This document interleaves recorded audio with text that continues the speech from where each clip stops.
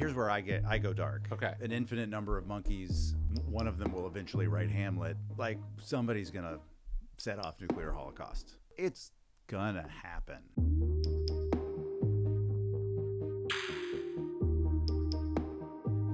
I've been seeing more like sculptural book decor. Huh. There's my buddy has a bookstore, or he has a general store in Massachusetts that also has a book corner. Really? And he built this. He's an author actually. He wrote a beautiful book called The History of Sound. Oh. It's a book of short stories. Yeah. Ben Shattuck is his name.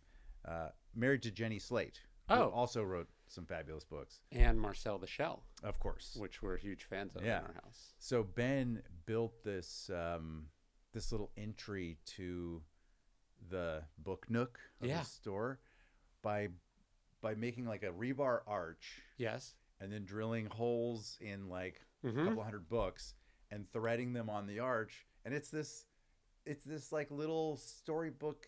I had that exact same Arch. idea. It works. Have you been next door? No. So we have a bookstore next door. Okay, great.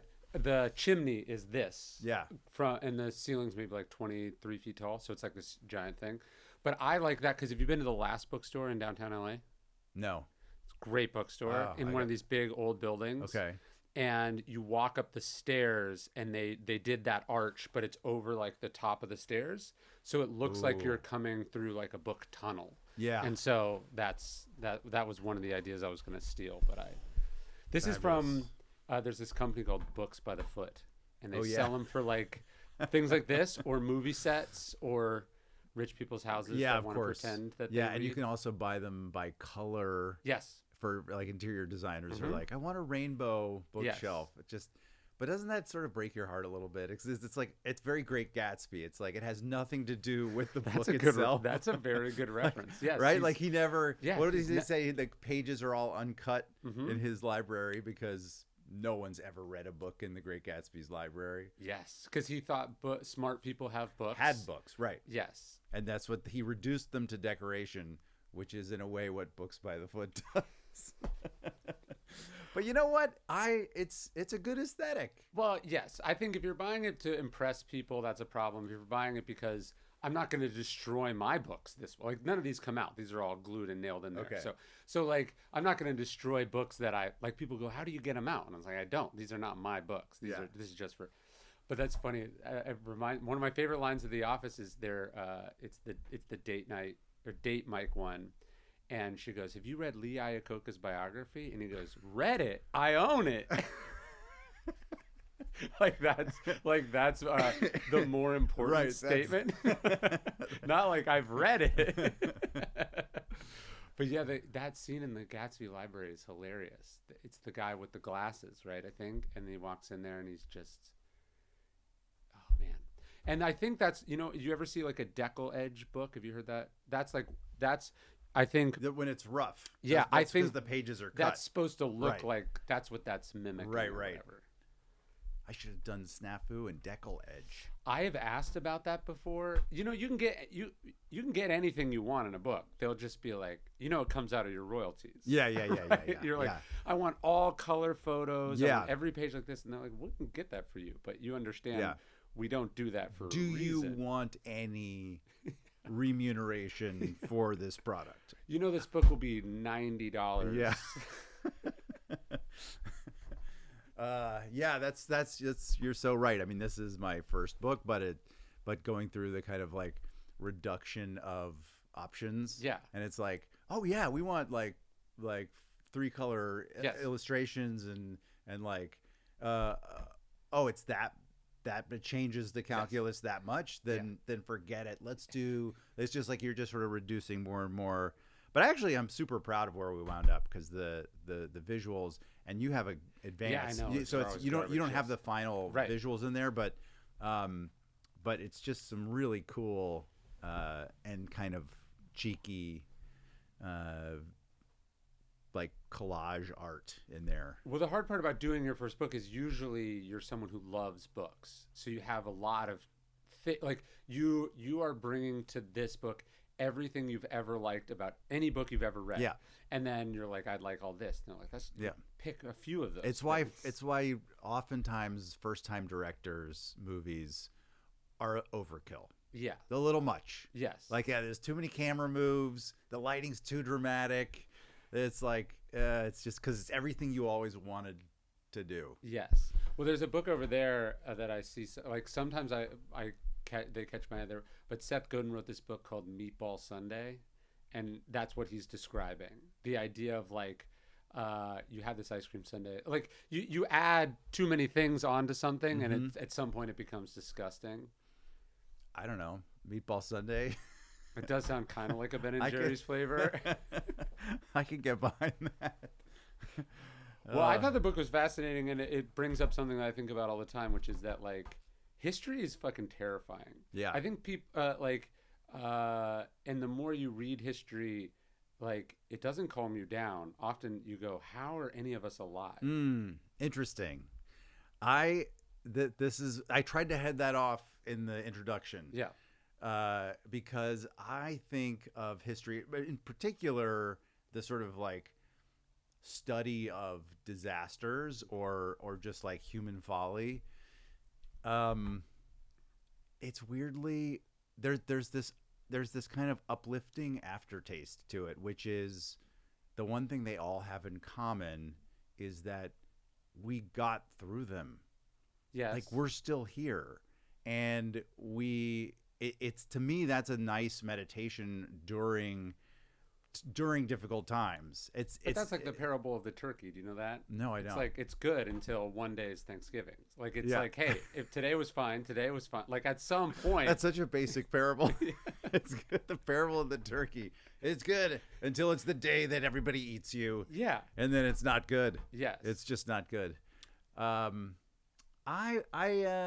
I still think that, I mean, I bring it to this moment. I feel like where we're in what feels like this moment of unprecedented division and rancor and, outrage, and people are saying, look at how unprofessional the White House is being managed right now. There's just so much outrage in both directions from all sides. And you don't have to look back very far especially in world history, but even in American history, to be like, oh yeah, it's very precedented. This is par for the course. Yeah. This is how we do it. This is what we do. We Yeah. move through these like really difficult moments, and it always feels insurmountable. Sure. And that's where I think the reassurance kicks in, where it's like everyone in some of these situations. I mean, the book has snafus of all different scales, but even the big ones, like the existential ones, or in the podcast snafu, the first season, it's about nuclear holocaust. Yeah. And I don't know, there's just something like I think we get through it. You study history, and it calms you down because you're like, we've been through things like this before. And then it also makes me terrified because you're like, we've been through things like this before. Like we keep doing this. Well, no, I just mean, like, you realize like how bad it can, like, when people mess with certain things, how bad it can get very quickly. Do you know what I mean? Like when you go like when people when you play with certain human forces, or you don't take care of certain things, you can descend into chaos very quickly. And there's real consequences for incompetence and malice and secrecy and corruption. Like it's not like, it has real consequences for real people. So I think when you study history, you go, okay, history's basically always been awful snafus happening. That's what's so funny about that situation normal. Like the premise is that it's always fucked up. Yeah.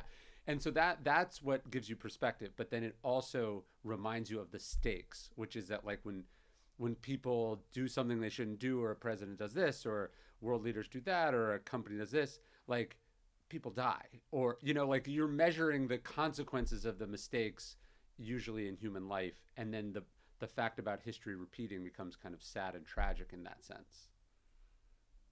I'm trying to put some positive topspin on this. You're dragging me down. Sorry. Come on, right? No, but I still cling to, and maybe it's a sort of desperation on my part, but I genuinely I find it sort of therapeutic to visit these moments, kind of revel in all of the just hubris and folly and idiocy that caused them. Yeah. Comedic. I mean, a lot of these things, the curation of this book, the choices that I made, like about what goes in here, it's not things that are, it's things that with distance we can smile about, and that I can give a sort of cheeky treatment to. It's just like we just persevere. There's something human about that, well, history is not there's something optimistic about that. Yeah, I think history is not fun to live through necessarily. No. Right? Like it, and so it's kind of always been thus. And there's like those people's lives are okay. Like it. I think I don't think it's mutually exclusive. I think that's kind of the premise. Like I've said this before, but like people forget Churchill was a historian. That's like how he made his living. Is he wrote books about history.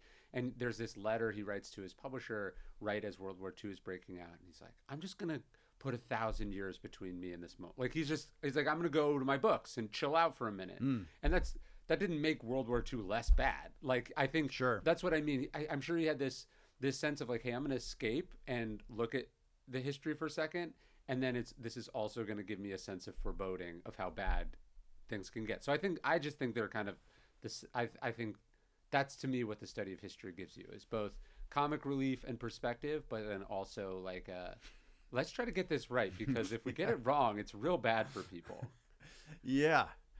And you're right. I mean, the scale of human suffering throughout history is so overwhelming that that can be that can be a spiral of despair. But that's where Stoicism kicks in, and that's where there's so many of your lessons to be applied here. Well, one of my favorite ones is like the Soviets didn't believe in evolution, so like their crops couldn't get any better because they like refused to accept the premise that like you could genetically modify and selectively breed for things. Interesting. And so like that's like insane and silly, but then also like millions of people died because of famines and stuff as a result of it. Good God. So, okay.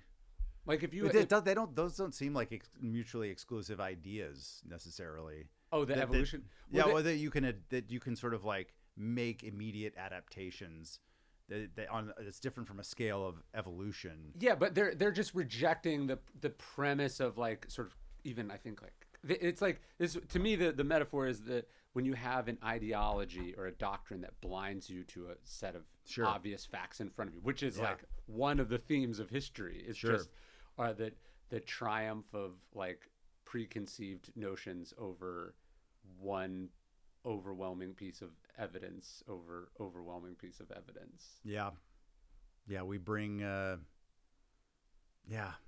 boy, history's full of that. There's I don't know if there's certain, are there any episodes that jumped out at you? Well, the Carter one I find fascinating because he's like one of my favorite presidents, and the idea, like he has this reputation of being this kind of like dolt or loser or weirdo, and it's like he's a nuclear physicist who also like single-handedly, like in a moment of great heroism, like saved potentially a lot of people from a nuclear disaster. Yeah. And then we're just like, oh, he looks so dumb in those sweaters or whatever. Like he said he had lust in his heart. Like the things that we like, that's the other thing about history is our almost impressive ability to learn the wrong thing or to focus on the wrong narrative from a thing. Or reduce it to something completely irrelevant and ridiculous. Yeah, just so listeners know, the episode you're talking about, or the story from the chapter you're talking about is when Jimmy Carter was, I think, 28 years old and was worked on in the Navy nuclear sub. I forget his title, but he was high ranking in nuclear subs, and he was called upon to address a meltdown happening in Ottawa. That was the first nuclear power plant meltdown in history, and he had to train. They couldn't be at the core of this meltdown for more than 90 seconds at a time. Yeah. So it's like some Mission Impossible shit. Yeah, totally. So they built this duplicate of the core, which they then trained all of the specific actions that they had to do, and so they could jump in and do this thing for 90 seconds and then jump out and then just keep going until this reactor was fixed. Yeah. And it is it's insanely heroic. Like the danger, the pressure of something like that is crazy. And you're right, it is so just completely diametrically opposed to all of our popular perceptions of Jimmy Carter as just this like goober. Yeah. Like he's literally like from the peanut state, my home state. And I love Jimmy Carter because he's like a Georgia boy. Of course. And he's also one of the greatest human beings that ever, like just a decent human being. Yeah. You're right. But you read this, you're like, oh, that man he had grit. Yes. That man was courageous and leadership. Yes. Too, which I think a lot of people fault as president. That's where people are like, he was just kind of a like dinky president. Yeah. Like he didn't have that strong hand, but man, you look back, it's in there. I would say among the stories of the book, that is one of the few that gives me what you were saying, which is like the hope. Like we got through this. Like he was not responsible for the fuck up in any way. He was the one that helped save it. Yeah. Right. And usually we don't get such a nice clean and that's one of the ones we don't know about it because it didn't end badly. Yeah. Like it no, you're right. So we're not like that doesn't keep anyone up at night because it was a near miss. Yeah, that's actually that's an incredibly important point that you're making. There's so many things that when you just start to scratch the surface of history and dig deeper, we have forgotten about, about so many things. I think a lot of things in this book will be new to people. The podcast, we go into one of the most insane events of the 80s, which was this NATO military exercise, Able Archer, in 1983. And nobody that was actually classified until just a few years ago. So that's why nobody knows about it. But it's so full of like incredibly potent lessons for us right now, especially with all this. There's like suddenly nuclear saber rattling again. Yes. And but yeah, just if people don't know that story, Able Archer was a military exercise in 1983 where NATO was moving troops and doing this massive exercise as militaries do in order to sort of practice what, actual warfare. This particular year, the Cold War tensions were so hot. This was right in the wake of the Evil Empire speech, Reagan's, and that Korean airliner plane had been shot down by the Soviets, and tensions were just so hot that the Soviets began perceiving this NATO military exercise as potentially real. Yeah, we think they're actually staging an invasion. Yeah.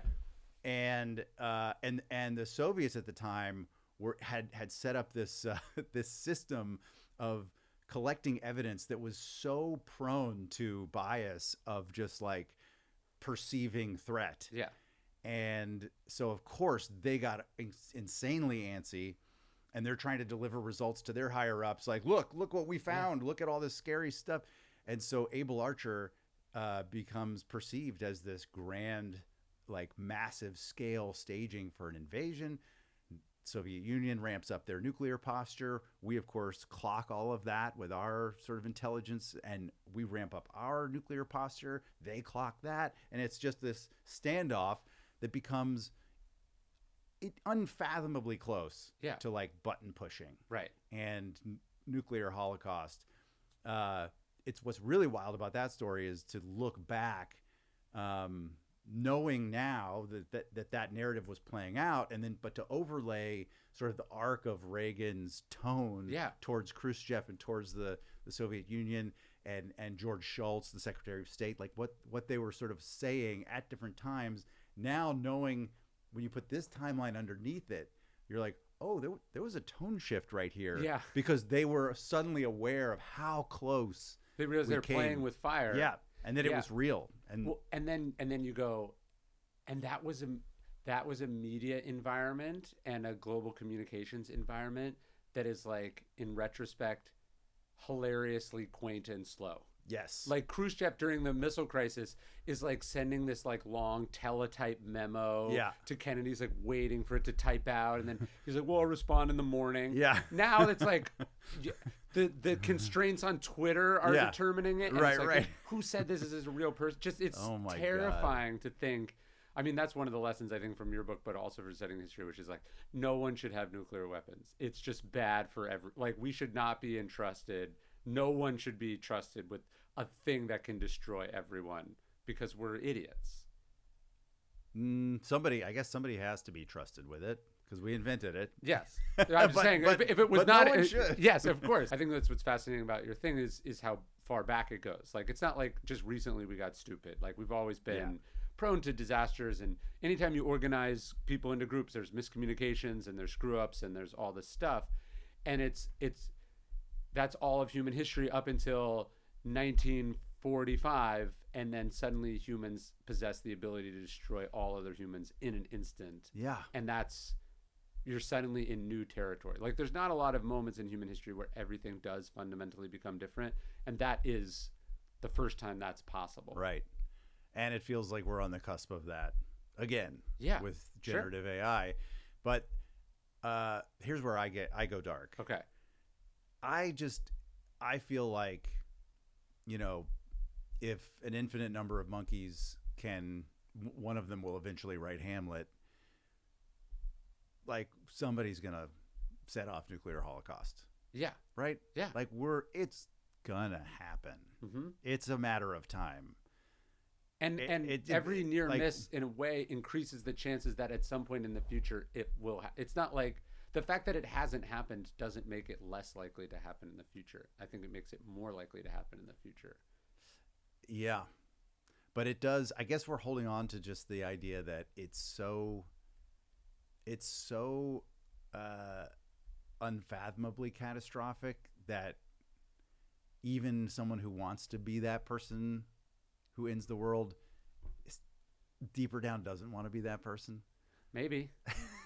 I don't know. My friend gave this TED talk, and it's about sort of the psychology of, say, like mass shooters, right? They're these dark, twisted individuals who basically want to not be alive, and they want to hurt as many people on their way to unaliving themselves, right? And so his point is like, okay, obviously for most of human history, it was impossible to get a weapon that allowed you to do that at any kind of scale. Like, even just the technology of a handgun is infinitely more dangerous and makes us more vulnerable than when you're like loading an old school musket, right? Yeah. And so his point is like, okay, so what percentage of people want to do something like that? Very, very, very small percentage of people, but a lot of people, you know, you're going to get a certain number of people that do that.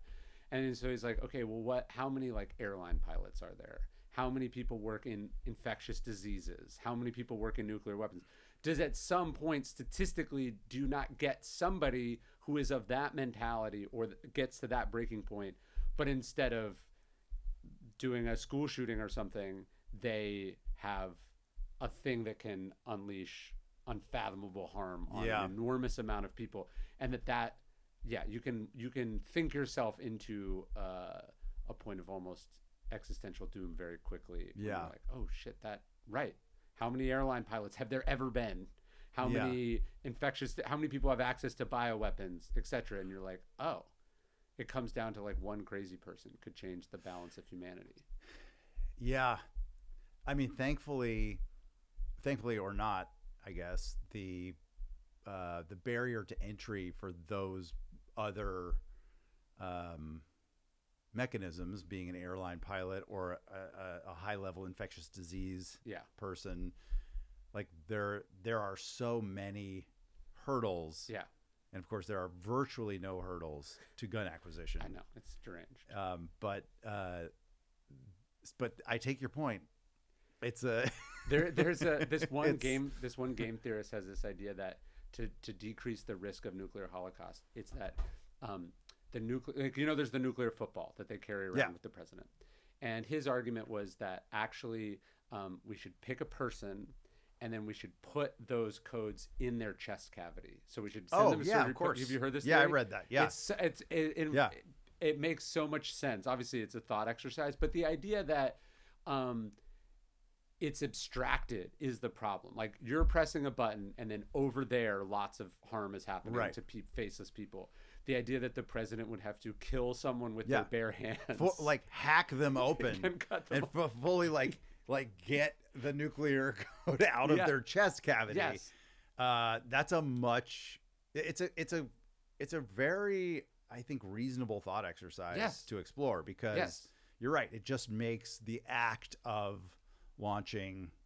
It personifies it in one act of violence instead of endless face. You have to go call Steve, the guy with the, like, he's just following. Yeah, all it's like 3 people turning keys or whatever. Yes. And then, but boy, is that person a patriot? Whoever that is, right. Like agrees to that. It's like the ancients, how they're like, this person's like a vestal virgin, or like it's like some hereditary position, or whatever. and so far, none of them have ever had to do it. So it seems like it's the parable of the turkey. Also, it seems like a great job until some future date. It's so venerated and honorable, and just like the turkey gets trotted out in the White House and. Well, actually, that guy gets pardoned, so I guess. Well, a bunch of people in a row make it all the way to retirement. Sure. It's a great gig until one guy, it's like 3 days onto the job. It's horrible. Oh, my God.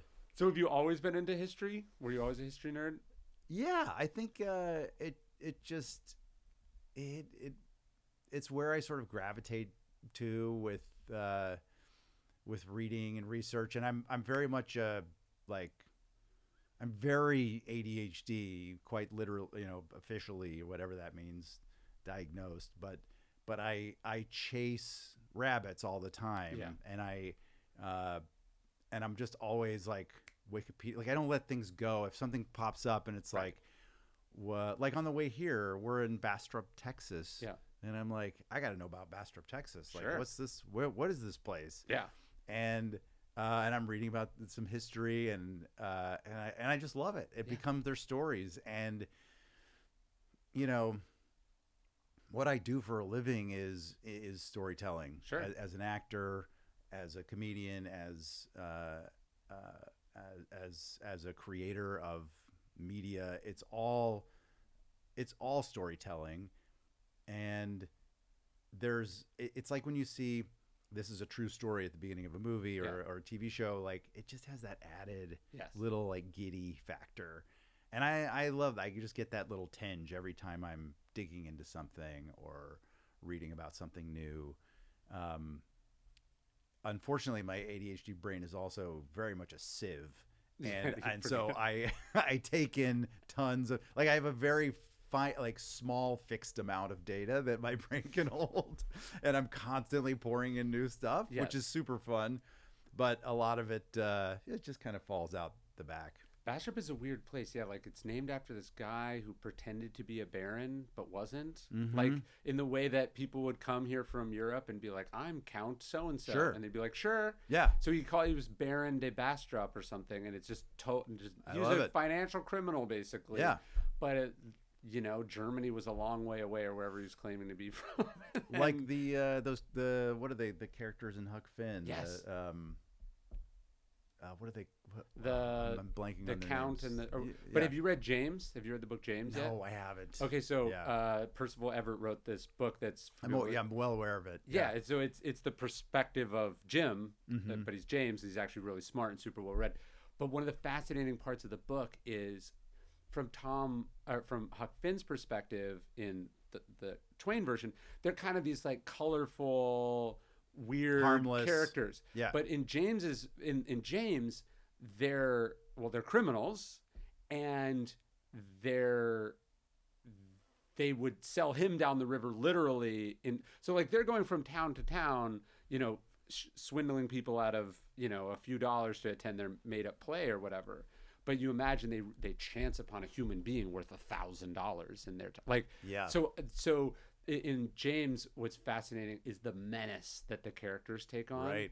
And it kind of reminds you of like whenever someone reimagines something or you see an actor make a really different choice, you're like, oh, I never even considered that they're that. And it totally changed. So much of the book changes your perspective. Yeah. That's actually quite poignant too. And yeah, I gotta get. It's really good. Like that's on the list. But in general, I think history is just also a bit of an escape for me. Like I kind of, it's easier to read about other people's problems than to focus on or try to solve your own sometimes. So in some ways it can be a bit of a maybe not the most healthy bit of escapism, but I also try to like take lessons from these things and take ideas into my life. You know, I was so excited when you invited me on your show, and it got me thinking, like, where are some of the Stoic ideas that emerge from these stories? Yeah. And I kept thinking about, well, Able Archer in particular being a military exercise is sort of the ultimate premeditatio malorum. Sure. That's right? Yes. And there's another one in the book. I know exactly what you're going to say.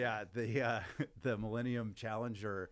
That's the opposite of a premeditatio malorum. Oh, okay. Explain. Well, I'm just saying, like, so a premeditatio malorum is this idea that you premeditate on the things that go wrong.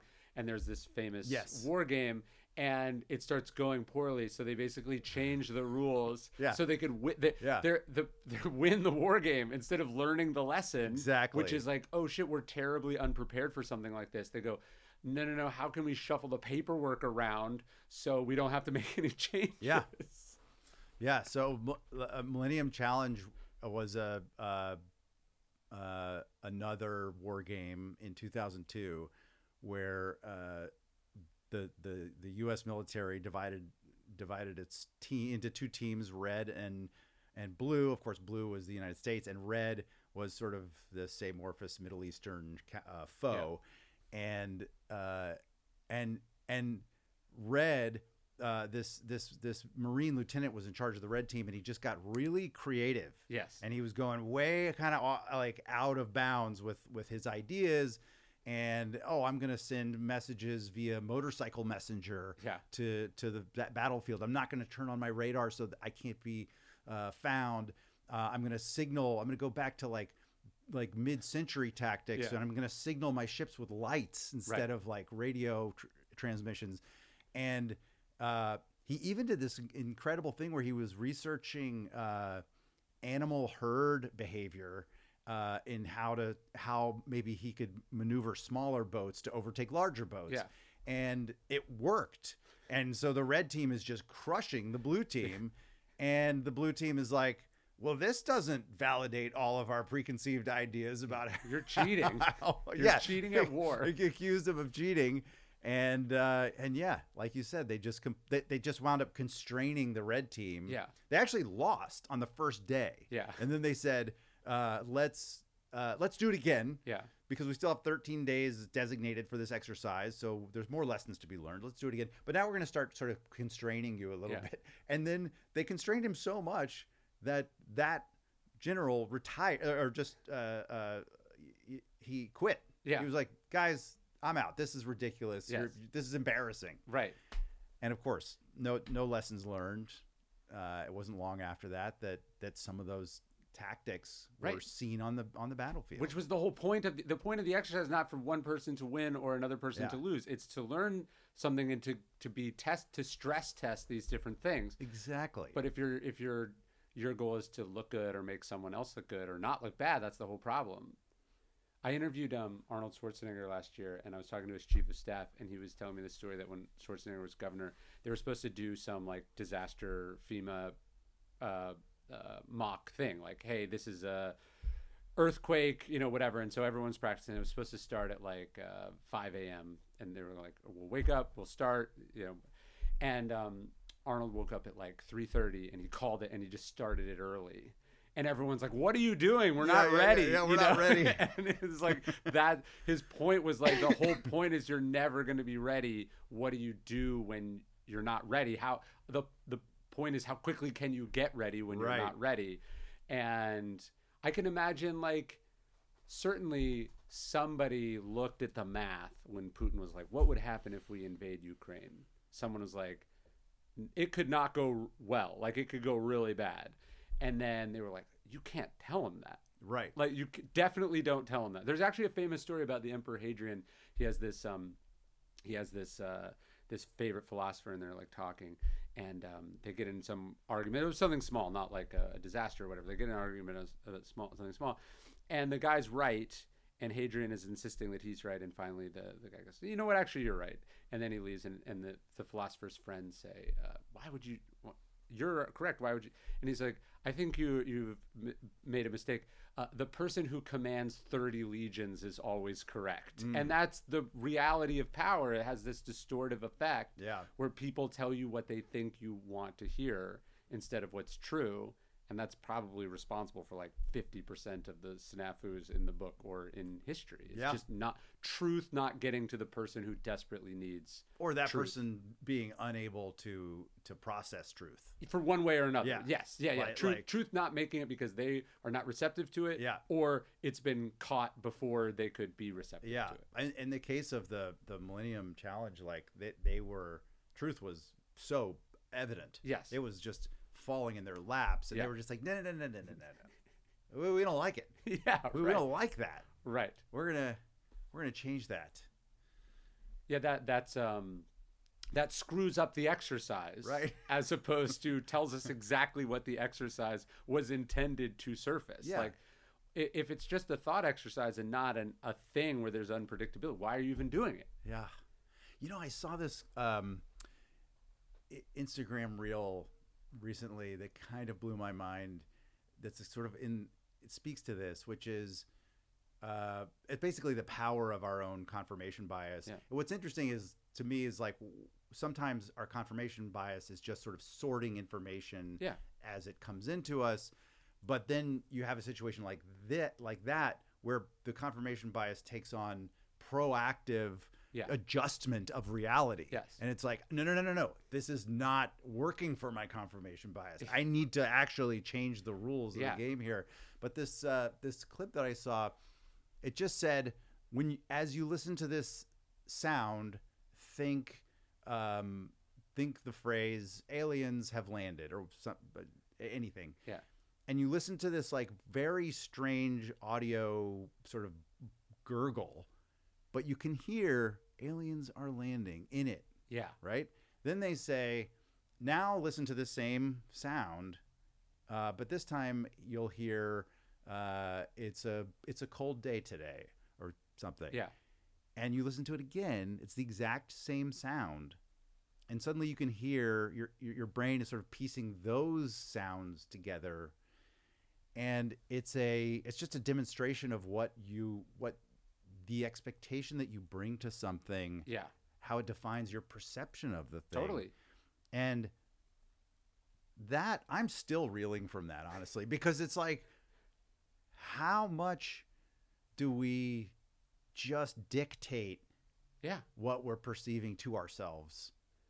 Yeah. And like, how do you see things for what they are? Yeah. How can we like diminish our filters as much as possible, or diminish our expectations for the way things should be or the way things should look or feel?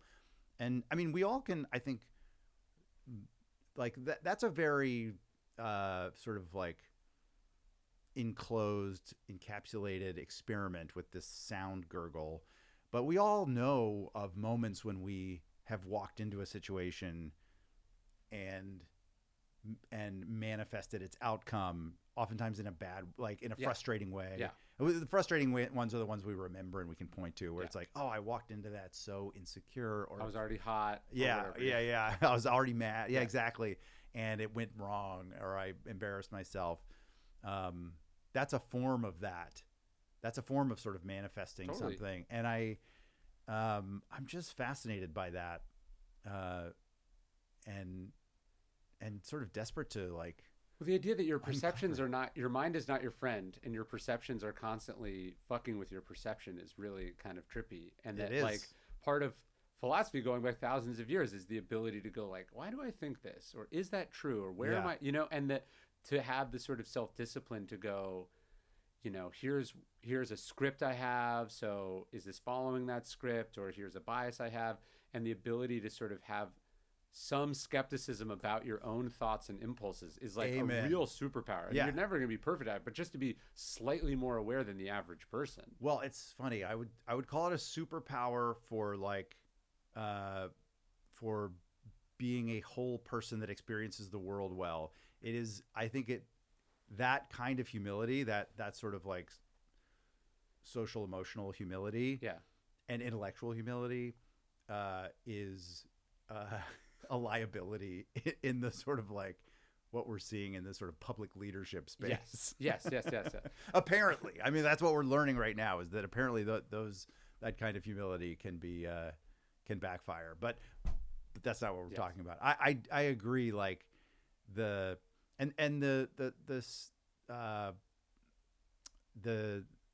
Stoic notion, Amor, Fati. Yes. Yeah. That is a superpower, because if you can love your fate, if you can love whatever you're walking into,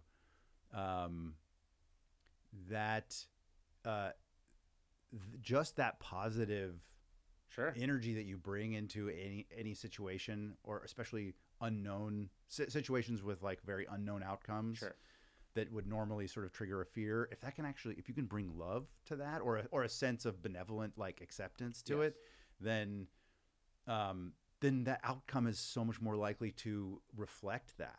If you're like, I can work with that. Yeah.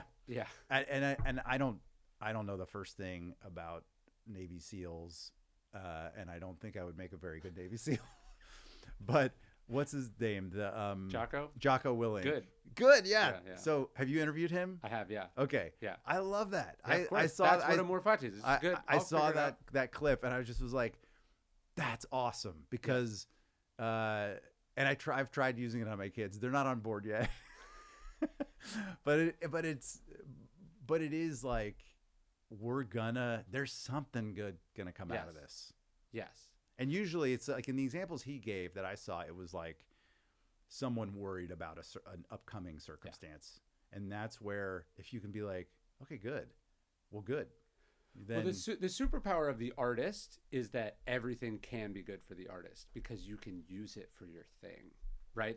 I think that is the ultimate redemptive for all the shit you have to put up with, for the problems, for how hard it is to make it, and all the stuff that's tough about it. The ultimate compensation is that you can use anything that happens to you in your form of expression. And in fact, that's what you're supposed to do. You're supposed to take what life gives you and transform it into a painting or a poem or a performance. Like that, like when you're like, I'm tired, I'm frustrated, it's hot, you know, you're like, how can this be part of the character? Or like, I'm thinking like, hey, how can this was expensive and stupid, and I'm so angry about it, but if I can work this into the next book in some way, I can tell myself that it was actually good that it happened, because the book was better for it happening. And that to me is like, that's the superpower of an artist, is you get to use all the stuff in a way that, I mean, I think it's also true as a parent, it's true as a school principal, it's whatever you do, you want to use your things, but in the way that a comedian can take this thing and be like, there's a funny bit here. Maybe that's harder to see as a nurse, but like, it is true. We can take our experiences and use them in some way. That's a beautiful reflection on artistic pursuit. I hadn't thought of it in that way, and I love that. It's a processing. What's interesting is I think a lot of artists don't even know that they're doing that. Yes. Right. So you take like a death metal person who's like a very tortured, like they're and maybe living a tortured life, and but expressing them like they're a conduit for these things that become this art form, that's like death metal, which is not for everybody, but it's an artistic expression. Yeah. And for a lot of people, that's something that they can take in. They can take that toxic experience of that person's life, that artist, and feel something good. Well, I saw a clip of you. You were talking about how the Andy Bernard sort of catch, it's not a phrase, it's like a sound, was something you heard from a bully growing up. And so, like, you're telling it on a TV show and everyone's laughing and you're laughing. Yeah. But I'm sure it wasn't fun hearing it from the bully during the bullying. But all these years later, it finds an outlet or a thing. And it's not just, hey, this is where I got that from. But it's like a thing that brings people joy and happiness and it makes you better at your job. There's no way you're going to sense that in the moment. You're like, I'm recording this. But that's what an artist does, is an artist sees a thing that I think an ordinary person would see as only bad, or just immediately forget. An artist locks onto it and goes, there's something here. Subconsciously, they think this, and then it comes back all these years later. Yeah. Oh, this is the place for that. That's really a funny example, and it brings to mind another sort of surprising example from my career, which was when we were shooting Hangover 2 in Bangkok, and I got the worst food poisoning of my life and possibly anyone's life. And my body just exploded out of every possible opening. And sorry for that. Sure. But yeah, tell us more. Could you describe it let me break it down. Well, no, the best. Well, there was one point where obviously, if both ends are operating simultaneously, you have to kind of spin around in a bathroom, and the toilet was in a closet in my hotel room, and I spun around so fast that I bashed my head on the door jamb. So now I'm like bleeding, just an extra, and it's all happening. It was I got so dark. I remember that night like, I'm gonna die. I thought I was gonna die, like thousands of miles from anyone I love. Just what a horrible way to despair. Die. Yes. And I called our first AD, who's the first AD on a film production, is kind of the boss, like the foreman, if you will. And I was like, I don't know what's happening. I'm just like, I can't. I'm shitting myself to death. I think I might. This is like, and he just goes, your pickup is at 6:30. Yeah. We'll see you then. Yeah. And I was like, oh yeah, right. This is how this works. Yeah, like, they're not going to stop a thing of 300 people because So what happens is I go to set, and it happens to be we're shooting these scenes where our characters, as is the sort of Hangover motif, are tortured and beat to shit and like feeling horrible, and I'm able to actually kind of rally. I'm literally curled up in fetal position between takes, but I'm rallying in those moments and like feeling sick, but feeling the narrative kind of like fused or channeled through that. Also, the other thing that's happening is this beautiful I'm receiving this beautiful kind of safety net from Zach and Bradley. When I'm curled up, and we're shooting in Soi Cowboy, which is the red light district of Bangkok, and it's very, like, it's just grimy. Yeah. Like and that we're in the sidewalk, and then I'm on a blanket on the sidewalk, and Zach and Bradley are just sitting next to me with like a hand on my back or on my leg, and just like I'm getting misty thinking about it, like giving me Sprite. Sure. And that connection is also what's coming through the movie, is like, weirdly, these guys who are just constantly like at each other's throats are also, there's this like kind of subconscious, like deep bond of like they're there for each other. And that was also both of those things were happening. And they're probably inseparable from each other. They're connected to each other because they see what you're putting in or what it's taking out of you. Yeah. And it's bringing everyone together. Yeah. I heard an interview with Kate Winslet once. I actually added it into the 10-year anniversary of The Opposite Goes Away. I didn't add that much stuff to it, but she was talking about how her acting philosophy is she gets there and she says to herself, what can I get for free? Like, not like what stuff can I steal from set, but like what am I feeling? Like, I'm tired. So like, how does me being tired give something to my character I like that I now don't have to act so hard on? Interesting. And so if you're grimy and disgusting and hungover, your life is escape. Whatever because your character is particularly tortured throughout the whole things. That's the comic relief of it. And now you are comically relieved in that way in real life. You're probably able to tap into to act that level would require a level of effort and skill that maybe is not attainable on a normal day, because how could you fake something so profoundly painful? I love that idea that some of these it's a spin on good. Yes, right. Totally. It's like I feel sick or tired today. Good. Yes. Like, use it. Yes. And that's an old kind of like aphorism in acting, is like, use it. Use the whatever same thing. you have. Yes. But or like, use your tortured childhood. Yes. You use your painful memories for this or that. It goes back to just your initial kind of expression of this idea of artists being a I forget how you phrased it exactly, but the way I'm interpreting it is a kind of a channel for just a way to take experiences and weirdly make them digestible to others. And well, my mentor Robert Greene, he said you just got to remember it's all material. Just like everything is material. And then you're like, oh, okay. So it's not saying the divorce is fun, or the broken leg is fun, or the food poisoning is fun, or the global pandemic is fun, or the political dysfunction is fun, but it is material in the sense that it either becomes material or it informs the material. And that's sort of the job, is to take these things and to turn it into something. And it's not it doesn't redeem it in the sense that you would choose it, but you didn't get a choice. That's the whole point, is that like, here it is. The only saving grace is that you made something of it. How much discipline does it take to say good every time? Well, it's easy when you live like as the Office would say, a Nerf life. Like it's.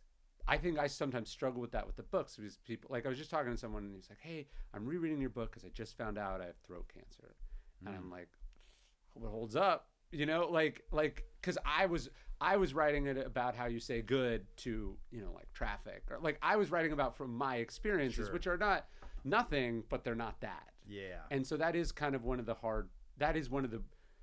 trippy parts about art, is that you make it from your experience, and it can often end up speaking to people in far more serious, or you can't control who and how it speaks to other people. And so sometimes there's a heaviness where like, I'm like, what we're saying good to day is nothing compared to someone who's like, I just buried a child, and like someone just asked me to sign some books, and they were like telling me this story about like what had happened to them, and I was like, well, I'm definitely not writing Amor Fati to this person, because that would be so preposterously insensitive. And I'm like, I really have to think about how I can say something that isn't flippant.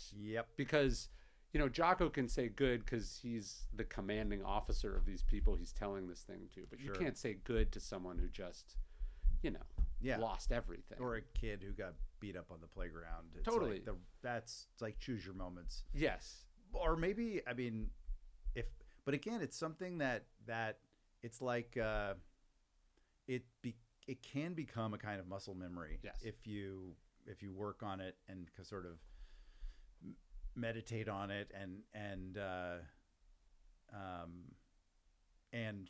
imagine premeditatio malorum. If you imagine being in those situations, in like when it's like, it is good. You could turn this into something, but you would not want to. You have to be sensitive to what you say to people. Of course, like telling other people that for sure. But I just, in terms of like how training yourself to respond to something, it's weird. I haven't thought about this in a long time, but I'm reminded of the comedian Tom Green. Mm-hmm. So this is like in 2000 or 2001 or something. He was diagnosed with testicular cancer. Yeah. And I saw an interview with him, and I don't know Tom Green. I was a big fan of his when I was younger, and I remember this interview that was like kind of grave, like it was like kind of serious. And he said that he and his friend had and I'm probably butchering this somewhat, but what I took from it was this idea that when something goes terribly wrong, they flip it. There's another way of saying way of saying a lot of what we've been saying. You flip it over. Yeah. And like you make it good. You make it something. Sure. There are situations where that feels impossible. And you would think a testicular cancer diagnosis is one of those situations. He flips it into a documentary about his case, about his experience, and he becomes a sort of vessel for positive, a positive way to maneuver a situation like that. And probably normalize the thing that people have a lot of shame about and don't talk about. Like it probably helps the overall conversation about like, hey, this is a thing that can happen to healthy younger people. Yeah. And that is about as grave, when mortality is at stake, like that's about as grave a circumstance as it gets. And unfortunately, as I understand it, his operations all were successful and recovery was successful. And you even have to wonder, there's so much in medical science now about sort of the ethos that you bring to a medical experience, whatever it is, and how that affects your outcome. And if you're, if you feel like this is the end, and look, these are some of the most impossible feelings to control or adjust or try to steer in any way. So I don't say there's any judgment for how anyone may be feeling, but that trying to bring a mindset of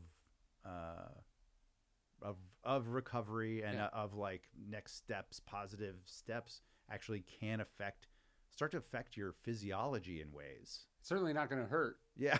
You know what I mean? Where I could see like giving up or not caring or not trying, that probably has its own impact on your physiological self also. Sure. Yeah. I just read there was a big New York Times profile about him. He like has a ranch in Canada or something. Oh, cool. Oh, I got to check that out. Yeah, it was because he like basically invented podcasting also, but didn't, Joe Rogan went on Tom Green's podcast and was like, I should do this. Really? It's been and you're just like, sometimes the person that invents the thing does not get the thing. And so, but it was, a lot of the piece was sort of about him kind of coming to peace. Like even, he was even talking about like, he also invented like what Jackass became also. Sure. And so he was like, multiple times I've like predicted the next big thing, and then the next big thing went to someone else. Everyone's going to move to ranches in Ottawa. Yeah, apparently that's the next big thing. That doesn't sound bad, I'll be honest. So what's the next? You're doing another season of the show, right?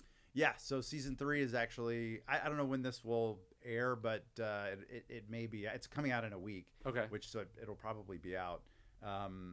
And each season of the podcast. So the podcast and the book are a little bit different in that each season of the podcast is a deep dive into one thing. Yeah.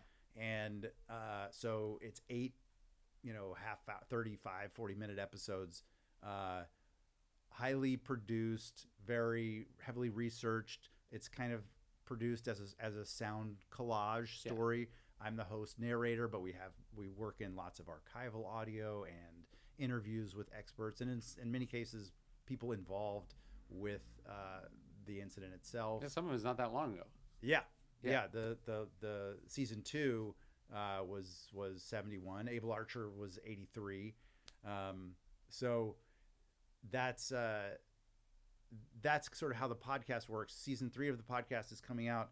It's it's 1920s, so we don't have any people from then, sadly. But but it's a really wild story of kind of deep within Prohibition. I'm well aware most people have Prohibition kind of in their brain as just sort of the furniture back there. Yeah. That we kind of know that it's when, the Volstead Act and the alcohol was made illegal. A bunch of gangsters shot everybody with Tommy guns, and organized crime exploded. And then we just realized this is a terrible idea, and we made alcohol legal again. That kind of amazing that you used to be able to have constitutional amendments, and then if it didn't go well, you could just pass a different constitutional amendment getting rid of it. Yeah. That, like, in one way, Prohibition is government not working, but it's also not that long ago the system worked. Yes. Like, they used to change things and try things, and we don't do that. You're right. You're 100% right. It's in that way, Prohibition is like functional government. Yes. It's the Constitution working. Yeah. But there's a sort of underbelly of the Prohibition that I didn't know about until we started researching this, and it's that the industrial alcohol supply, it was well known that a lot of this was getting sort of pirated into the bootlegged alcohol for human consumption, and so that's where the process of denaturing emerged. And denaturing alcohol is when you basically add chemicals to it to make it incredibly undesirable. Yeah. And usually that's in the form of taste. So like it's just like so horrific to consume that you don't want it. Yeah. And so it's safe in a warehouse because nobody wants it. Yeah. And then you can use it for its industrial purposes. It started to become a thing where they also were adding poisons to denatured alcohol and the industrial alcohol supply.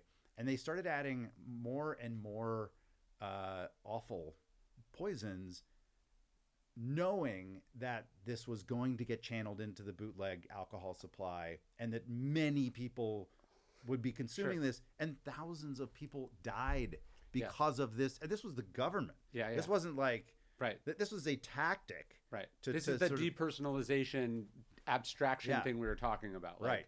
We know we're putting poison in a thing that people will drink, but let's not think about what's going to happen when people drink it. Let's just hope like maybe like people will catch on real quick and then stop drinking and Prohibition will work. So Prohibition enforcement is its own like just massive snafu, and it's so endlessly fascinating. There's so many like weird, cool, interesting characters throughout. But this story, and then this story of the poisoning of thousands of Americans by the American government is like largely unremembered, which is wild. And the heroes of that story are the first medical examiners of New York City, Alexander Gettler, and oh my God. I don't think you need to remember his name. I spent thousands of hours on that. Anyway, Charles Norris and Alexander Gettler, first medical examiners, and they're the ones actually they're pioneering all these methods to discover what chemicals are in dead bodies, and they start to realize like there's patterns here, right, and it blows. They blow the story, and it's so cool, and it's also it's such a cool time. I interviewed Terrence Winter for the podcast. Ooh, Boardwalk Empire. Yeah, so he created Boardwalk Empire, and he's just not only is he just an encyclopedia of Prohibition era knowledge. Yeah, he's also just the most fascinating, hilarious guy. So he's in there. He's sort of woven throughout. How fucking good is Steve Buscemi in that show? Unreal. Insane. Unreal. And so unexpectedly good, right? Yeah, totally. Like and the guy with the face. Yeah. It's such a cool show. And Terrence Winter is such an awesome interview. So much so that he's sort of laced throughout the season, but he also gets his own bonus episode. It's just entirely me just me and Terrence Winter, and it was so fun. But that's season 3 that's coming out, and then of course the book is coming out. Awesome. The book is the opposite of deep dives. It's just sort of very consumable chapters. So your book's about history's biggest screw-ups or crazy stories. So I thought I'd pick some books that I thought went well with it. So I don't know if you've read it. Have you read Library Book? No. Okay, this is about the library fire at the downtown Los Angeles Public Library. It burned to the ground in 1986. Just almost every book. And they don't know if it was arson or not, but it's this. Susan Orlean is amazing. If you've ever seen, do you see Adaptation? Mm-hmm. That's based on her book, The Orchid Thief. Yes, of course. But this book is crazy. Cool. Super good. And then just like how they were not prepared for the fire at all, and then how bad the science on tracking down the arsonists. I thought this one was really good. Night of the Grizzlies. Okay, so what? Glacier National Park. There'd never been a grizzly attack in like the 100 years the park had existed. One night in 1967, 2 different grizzlies attack 2 different groups of people and kill them. And they find out it's happening because at one of the cabins in the park, like Yellowstone has a, sure. They would put on nightly shows where they would feed the bears garbage. Sure. And then the bears became deeper. And like when I think of snafus, I think of like human stupidity. Yeah. Our relationship with animals is like at the top of the list. Oh yeah. Just there are a few in the book. Yes. Yeah. Yeah. Oh, you mean you can't just kill every one of these species and it somehow replenishes? But the idea that they're feeding grizzlies trash every night. Yeah. Next to a campsite that humans sleep in tents, and then they're not like, how's this gonna go? Yeah, it's amazing. And so the night that they just cancel the show, or that they don't feed the bears are like, "Where's our fucking food, guys?" I think they started to clamp down on the thing, and now you have these, and like also grizzly bears are much smaller now than they were like in our parents' generation because they don't eat so much trash. Like they would, the bears actually have shrunk in the parks because they're not like eating a normal size, hundreds of pounds of garbage every day. Oh my God, it's a crazy book. And then after Theodore Roosevelt is president, he goes on this hunting trip in Africa where he kills like thousands of animals. Again, the animal thing. And then he goes and he explores this river in South America, like the longest river in South America, which had not ever been charted by like a white explorer. Amazon? No, it's called the River of Doubt. Okay.